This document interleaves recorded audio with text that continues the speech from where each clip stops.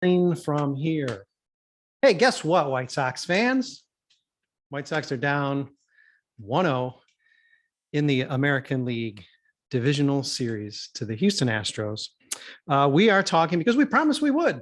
I'm not sure how many of us want to do it after that game, but it's a post-game podcast. It's number 5. We've had some fun post-game podcasts, like Carlos Rodon no-hitters, and then we have this one. But we are going to try to dissect today's game a little bit.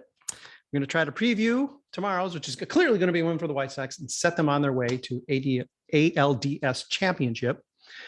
And maybe we'll even focus more on that because that's going to be more fun to talk about. But let's address some basics of the game before I go around to my wonderful guests who have really mustered some courage to hang out for this post-game podcast. 6-1 loss for the White Sox. White Sox never really in this game. Flip a coin. Who's to blame? A lot of debate. One way or the other. Certainly the offense has to bear a ton. 7 hits, but really hardly any real mustered effort scoring their 1 run. No walks, not a great sign, especially for a team that's going to be real eager to get out there and hit tomorrow. And of course, Lance Lynn, not a great start. No way to look around it. No way to get around the fact. Not a great start for him. I guess thoughts on this game, one way or the other. We got Jacki Krestel with us. I'm estimating her about medium vibes, normally good vibes. I think it's about medium vibes. Joe Resis, of course, out of the Indianapolis field office, always bringing some good vibes. Maybe he's going to have a cool Sox math twist to something that's going to give me hope that the White Sox can win this series. And it's rest and smile face. Zach Hayes is with us too, and I know he's going to provide us some inspiration for a Game 2 victory because he, among maybe all 3 of you, felt Lance Lynn should be the Game 1 starter. So that's cool. That's in the books. And now we got Giolito coming in for a Game 2 where maybe the advantage goes to the White Sox in the starting pitching battle. But let's talk about this 6-1 loss. Not a great effort. Not what you want to see coming out of the box. But your thoughts?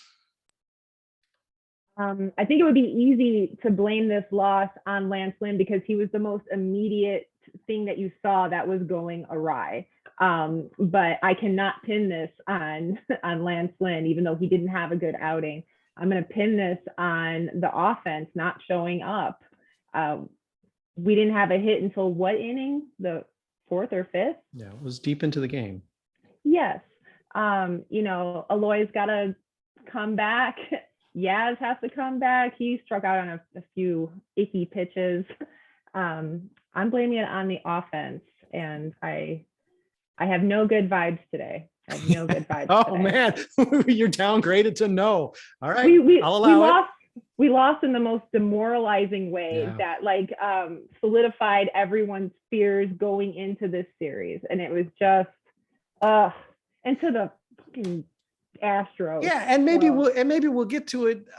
But it's worth interjecting. We have to listen to AJ Przinsky, who, let's face it, is a White Sox hero, running down the White Sox and running up the Astros, which was, I got to say, not what I expected. But Joe, Zach, feelings about this 6-1 demoralizing loss.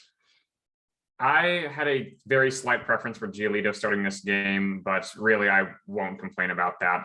I mean, if it wasn't going to be Giolito, I would have, I was totally fine with having Giolito and Lynn in either order going for games 1 and 2. And I was fine with the decision with Lynn to pitch this game. It just didn't work out as the White Sox would have hoped.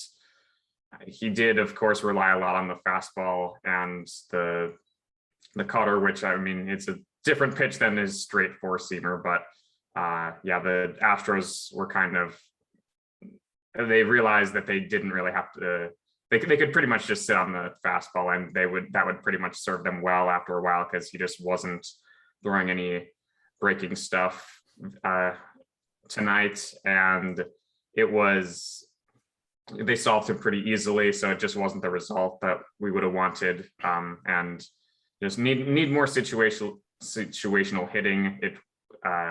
Sox didn't have a hit with runners in scoring position until Abreu's RBI single. Of course, Abreu would have the only RBI of the game for the White Sox. He just tends to do that. And it's not the game that we would have wanted to have. Like you said, the outcome was never really in question, and Yeah, the bit of a silver lining is that they did make Ryan Presley throw 21 pitches. I was kind of surprised when he took the mound for the ninth in this 6-0 or in the 6-1 game. Thanks, Dusty. Yeah, I'll take it, and that's I think the most positive thing that happened during the game. Zach, you've been pretty vocal in pointing out the folly of calling Lynn just a fastball pitcher, which is cool. But I mean, you'll acknowledge that it's not exactly like Giolito thrown out there with his array of changeups, et cetera, as well. So clearly, as I think, Joe explained, I mean, it was, at some point probably easy, especially once you get behind, to just really sit on what Lynn is chucking up there. But at any rate, give me some thoughts on the game from your perspective. Yeah, I don't see the pitch selection being as big of a deal as some might, because also, the cut, he varies that cutter a lot. There's sometimes where it looks like a slider and it's 83 miles an hour. There's sometimes it's 89 miles an hour and it's a lot straighter. I think he just wasn't commanding anything well. He wasn't executing his pitches. And the Astros were then able to sit on what they were looking for, because he wasn't hitting the edges of the plate with that cutter. He wasn't tunneling it well. That being said, I might be the most weirdly optimistic bunch of everyone here, kind of riding off of what Joe just said. I'm really, really interested. I mean, Graveman and Presley are their two. Those are their two guys at the back end of the bullpen. I think that kind of tells you something about how the Astros are approaching the rest of the series. This is the game that they think they needed to win. Yeah. This is the game they had the big advantage on paper in, because not only does McCullers have the experience, he shreds the White Sox. Now you have the reverse dynamic going in tomorrow, where Giolito has that recent playoff experience, and he has pitched historically pretty well against the Astros. So that, I think, kind of tells me something. I mean, I don't know what the health situation is with those guys. They both threw 20 pitches. I don't mind that at all, assuming they don't get swept and we, knock on wood, and we end up playing in a game 4 or a game 5. That's going to be something that I'm going to be keeping an eye on. Yeah. And on top of it, Zach, Presley's out there and he's like freaked out about his home mound. It's like another thing that's like getting in his head. It's like, I'm thinking, why is his closer even in this game? I mean, I understand he has a lot of options. The White Sox pitching staff top to bottom do pretty much have an advantage here. So I know it's like, well, okay, who else is Dusty going to throw out there? But it's a 5-run lead, and you're overworking a guy who you're not even certain. I mean, I know this is desperation time, can go out there for another 20 pitches and be effective at all. Not like he was terribly effective today, but they can go back just tomorrow and do the same thing on this mound, apparently, that he doesn't like. I don't know what was going on with that. That was sort of like a, not to try to look for little Easter eggs in this game, but I mean, that's a sort of nice late gift that, Dusty or the Astros handed the White Sox. Jack, you made me feel better. Wow. I don't know how often that's ever been said. I'm throwing the flag. This may be a first. Zach Hayes, I'll forget it now. It's not resting smiling face. You're going happy, Zach Hayes. Hey, I'm along for the ride. I'm not panicking. Did you think they were going to sweep? I didn't think they were going to sweep. I mean, I didn't think they were going to take 2 in Houston. If they lose tomorrow, it's going to be brutal. But I'm almost, in a way, like, this wasn't anything we haven't seen before. I think we've seen them have these games a number of times, and a lot of times we've seen them bounce right back the next day and do a lot better. And the offense did, for better or worse. Or for worse, I mean, it didn't come until the 8th inning, but they did wind up with 7 hits. And got a very loud roommate in the background here. Baby joining us. But they weren't completely shut down by the end. They got a little bit of stuff going. It wasn't one of those things where it's like, oh my God, we're completely clueless. I think they might have been a little bit rattled by the inconsistent strike zone. You saw, I think Darren DJ pointed out on the radio, that a lot of those kind of dinky little ground balls, weak little grounders that we saw were a pitch or two after a close call in the corner that, they didn't get. And it went both ways. It didn't really swing the game either way.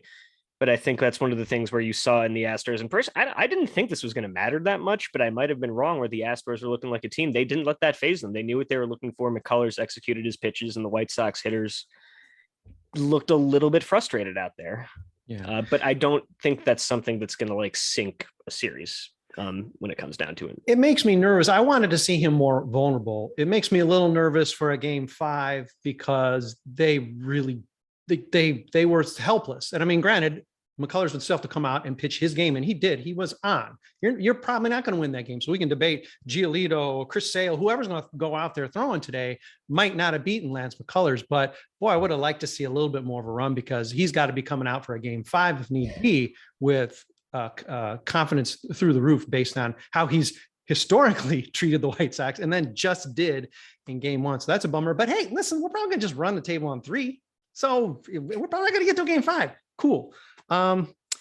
Let's talk about the offense. I did look it up as you brought out right at the top, Jacki, in terms of assigning blame, in terms of just the win probability added. It is basically a wash between the negative factor of just Lance Lynn and the entire offense. So I think you could say it's not necessarily blame one or the other, but it's definitely a coin flip between the two because certainly neither were good. And Lance may have gotten squeezed on some pitches, but that's not enough, especially when you're saying, hey, he's the number one pitcher in the playoffs because he's a veteran, because he's been there.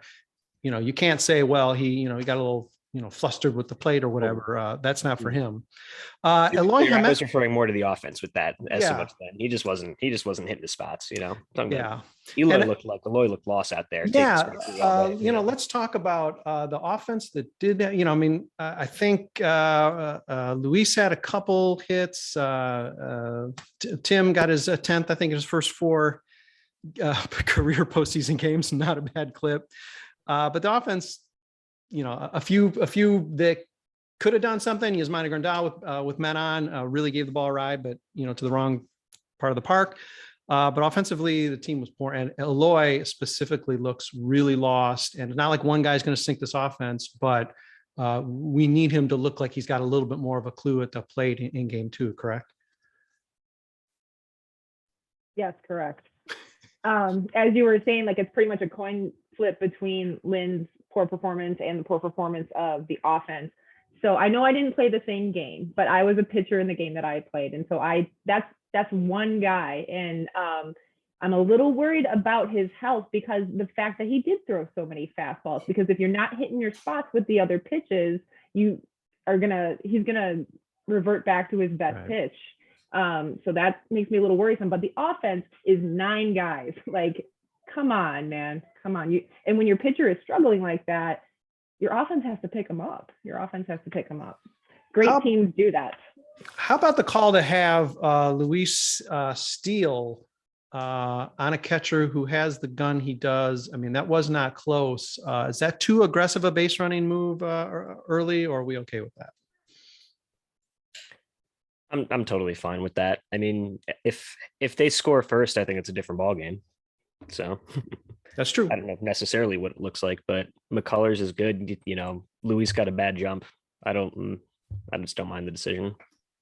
Is there concern? We'll head into our break and talk about tomorrow's game, but is there concern heading into tomorrow based on the fact that the club didn't walk today and it was being pitched on the broadcast, on the Fox broadcast at least, as some sort of great job that the pitchers did by not walking anybody? But I think you could argue that, though there were some really good at bats, there might have been a little bit of aggressiveness on the White Sox part that might only get picked up. I believe that was AJ Pierzynski's prediction, Houston Astros fan. AJ Pierzynski's prediction was the White Sox were going to come out even more aggressive, as if that was a good thing. And I'm not sure if you don't walk in the game that necessarily is. Are they going to swing themselves into a rut in game 2? Or do you think this team has a smart enough offensive approach to do it right and chip away at a pitcher who's maybe more gettable than McCullers? I trust them to bounce back, really. McCullers was just going to be really tough to beat today, no matter what they did. Just because Sheets has shown us a lot of power and he has the ability to hit for extra bases, I disagreed with the decision to run, but at the same time, it is Luis Robert. He's very fast, so didn't really have an issue with it. I personally wouldn't have had him steal in that situation, but I would have.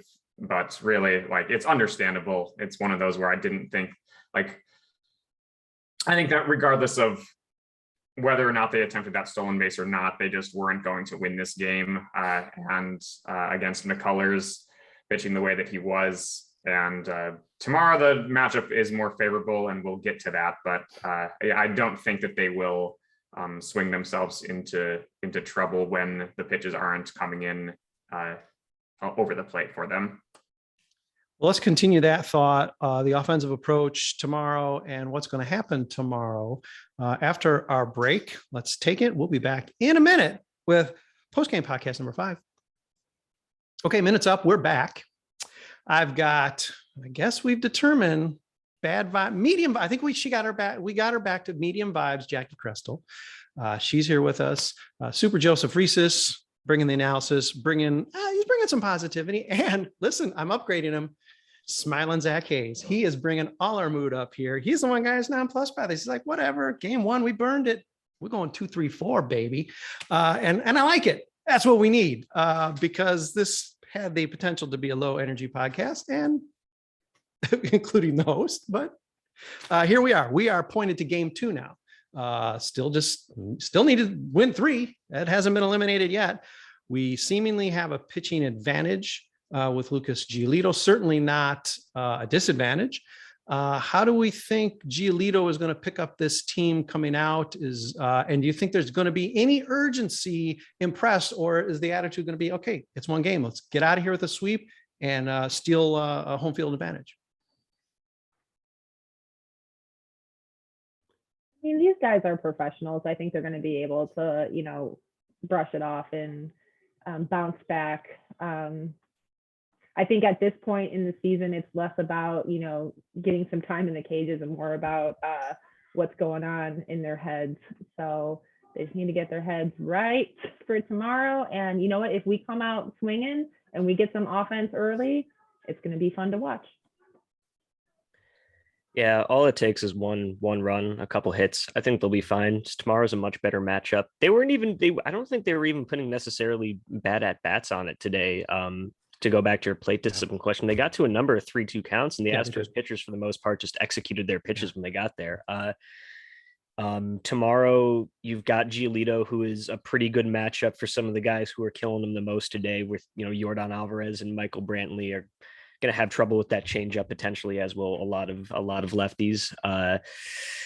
The Framber Valdez does not have nearly as good control as McCullers does. He's a lefty who's going to be tough to square up, but he is not going to be pinpoint like Lance was today. If they can keep working the count and kind of take the same approach and just put slightly better swings on it, and maybe not just keep getting dotted up on 2-2, 3-2 counts, then yeah, I think all it takes is a couple early big hits and a couple early runs, and then things get rolling, and it's like it never happened. And well, no, they still, lose the game. So it did happen. But unfortunately, the psychological aspect, I tell you, once you get Zach Hayes on a good run, man, it's hard to get him off of that run. No doubt about it.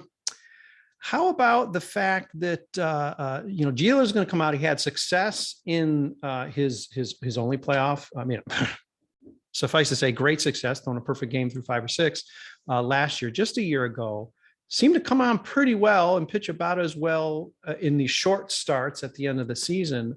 There's a lot of reason for confidence. And in a way, does this flat loss almost seem like it counts for more? I mean, it is still just one loss. And as Zach pointed out, I mean, there were a number of guys who worked accounts deep. Things just didn't click. And, I seized right on Aloy because he probably looked the worst, maybe in the game. But, they were good at bats, and there was some solid contact. It was very frustrating because the offense did look like it did sort of disappear, but then you're sort of rallying late as well. So it's not as if the offense is off the rails.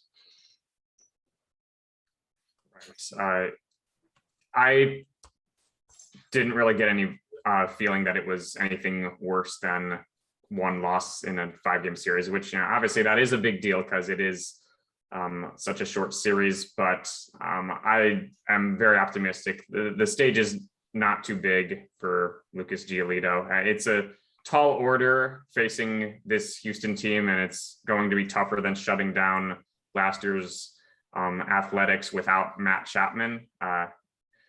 But I mean, Giolito has come into Houston and had great performances before, and I expect the White Sox to bounce back tomorrow. Obviously, they didn't have really any production from the bottom portion of their lineup today, but I mean, I'm feeling a bounce back game for them, and I think that Jimenez will have a big hit tomorrow. Hey, You digging heard it here deep, first. digging deep.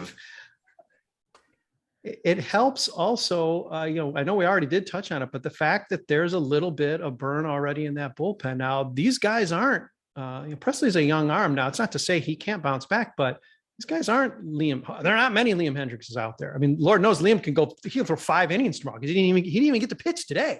So, I mean, the Sox key arms are fresh. On the other hand, Houston in a 6-1 sort of runaway game taxed 2 significant arms. Certainly the closer is out there in a 5-run lead, looking down at the mound. If there's, I mean, at this point, you got to almost feel good. Even if Framber Valdez throws a solid, has a similar start to McCullers, gives them 6-7 innings because there's still that bullpen to get to. And who knows what they're going to throw out next? I guess it's going to be Zach Greinke throwing eephus pitches or something, or his super slow curve. But I mean, at some point, there's no arms left. The White Sox have no excuse to feel defeated tomorrow at all, even if it does start out frustrating for them, because they know they can tap in, even if Valdez maybe does have their number. I think there's still, there's a lot of reason for hope to still come away stealing a victory and getting a split here. Yeah, I was kind of feeling like split. I mean, like I said, I didn't expect to win 2 games in Houston. And now they have the number 1 pitcher going in a pretty good matchup tomorrow, as we've kind of just talked about ad nauseum. It's just not, I don't think this feels as bad as you would expect a game 1 loss to feel. I mean, if Lance and Gio both get beat, then they were never going to win anything anyway. If the offense can't score more than 2 or 3 runs in 2 games in Houston, they were never going to win anything anyway. So, like I said, it's just all that's left to see is really can they come back and execute. And I have some faith that they will. We, as both of you have said, like, we didn't really see anything today that we haven't seen before. So kind of nothing to do but stay the course at this point. It's funny that before the series started, I predicted that we would go 5, that we would win in 5, and then we lose 1 game, and I'm like, oh no, yeah, no, what I thought would happen is happening. Yeah, you come back and get that win tomorrow, and you've got a best of 3 series with 2 of those games coming in Chicago, and suddenly you feel a lot better. And I think that's something that was clearly on Houston's mind with those bullpen decisions. Yeah. I hope the Sox would recognize that and really come out and put it this way. I think if they do manage to put up 7-8 hits tomorrow, I suspect they'll probably have some better timing and better cluster luck, where you'll say, they won't just all come with nobody on or with 2 outs or something like that. They'll string. I'm a little more confident that they'll string some together, because that's just the kind of thing that, I mean, it always swings back towards the mean a little bit. So, yeah. I have a question. Considering the overall youth and inexperience of the team, how big a role does Tony La Russa, the veteran manager, play in getting them, don't make that face, Brett, and getting them to bounce back? I'll leave that to the field.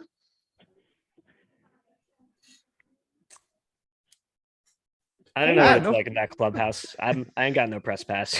Yeah. If I did, I'd ask him, but That's a cop out, Hayes. That's a cop out. Yeah, you want, I mean, this is the reason he's here. Ricky was hunched over for game 3 last year, so he got fired. And so, that's presumably, I mean, other than all the jokes, about why he's here, this presumably would be a reason why he's here. So you would think that there's a calm, there's a stay the course, there's a gamesmanship. I'm not sure how much of it really was, can Jose Abreu play today, or is it just, I want to dick around with Dusty Baker with the whole lineup, he wrote out 2 lineups, but we didn't get it till 5 minutes before the game started. Yeah, that really worked out well for us. Yeah. Whoops. Maybe they should post it tonight. True. So, yeah, I mean, Jacki, I think the answer is with none of us really having that insight that, geez, it better, because I'm not sure, otherwise he's just going to be drinking his tiny little water bottle in the dugout and just, line himself up for more social media jokes. So hopefully that's not the case. I think there's, there ought to be a plan in place. And so I think part of that is, hey, yeah, where Ricky was, everybody's dad, maybe Tony can be this guy who, gives them a shot in the arm in a way that might even actually might be a little more meaningful, because that shot in the arm means, oh, okay, that comes with a World Series ring. That comes with the guy who sort of knows what he's doing, is not afraid of Dusty Baker and his antics. So you hope.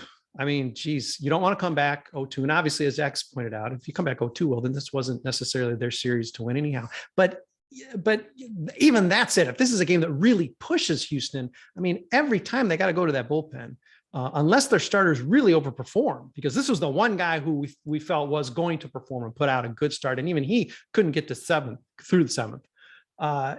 Every time you're tapping into that bullpen, that's a nice advantage for the White Sox. And you shorten this series, as Zach is intimating, if it's a best of 3, where they got some arms that might have a little more fatigue than the White Sox do. And the White Sox have, even with Carlos Rodon, maybe your number 3, number 4, being maybe a little limited, still stronger than what they're going to throw out there. That's a nice position to be in. And I don't think we can, even though we got outpitched today, I don't think you can overestimate the fact that the White Sox do have a clear advantage with the arms, and that really should, even with the White Sox defense being shaky compared to Houston, that really should be the biggest factor here. For sure. The bullpen, even excluding fatigue, I would have more confidence overall in the White Sox bullpen depth than the Astros, and having both Presley and Graveman throw over 20 pitches was a very nice silver lining, and that could pay dividends later on. As far as the potential shot in the arm that La Russa could bring, that is something that I could maybe see him bringing, but it's a little bit hard to measure. And if there isn't really any change in intensity or performance, I'm not quite sure how much I would put that onto him. It's a little bit hard to measure. He can, his capabilities in that department are kind of limited. He could do everything possible, but they might just run into a pitcher having a really good day, or an offense that's clicking on all cylinders. Sometimes that just happens when you're just facing the wrong team at the wrong time. And so wouldn't necessarily hold that against La Russa if it comes to that. Zach would say, just make sure when you call for a reliever, have somebody warming up. Those are the things that make a difference. So Tony, get semaphore, with the flag waving and shit like that. Absolutely. So this is going to sound kind of weird actually, but I don't know if you can really, I was thinking about it more. How much credit or blame can you give Tony when it's a 5-game series? So many things can happen in a 5-game series. I think it just kind of highlights the stupidity of hiring a guy who's, probably lost them a few games in the regular season for this, potential 11 to 15 to 17 game run, where so many things could happen that it really might not even matter who's managing, So I don't know.